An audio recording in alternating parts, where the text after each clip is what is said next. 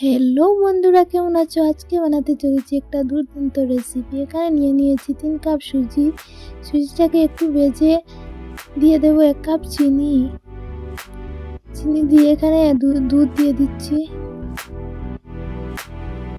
কিছু সময় নেড়ে চেড়ে এলাচি দিয়ে একটু জল দিয়ে দিচ্ছি। সুজিটা হয়ে গেলে কড়াই থেকে নামিয়ে ভালোভাবে মেটে নেব।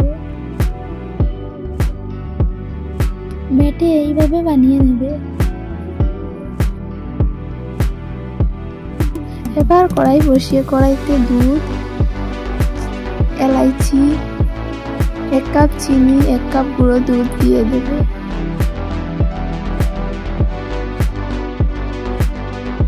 দুধটা ঘন হয়ে গেলে পিঠেটা দিয়ে 2 মিনিটের মতো জাল দিয়ে দেবে। পিঠেটা হয়ে গেছে। আমার ভিডিওটা ভালো লাগলে like, comment, share and subscribe করে দিও। বাই।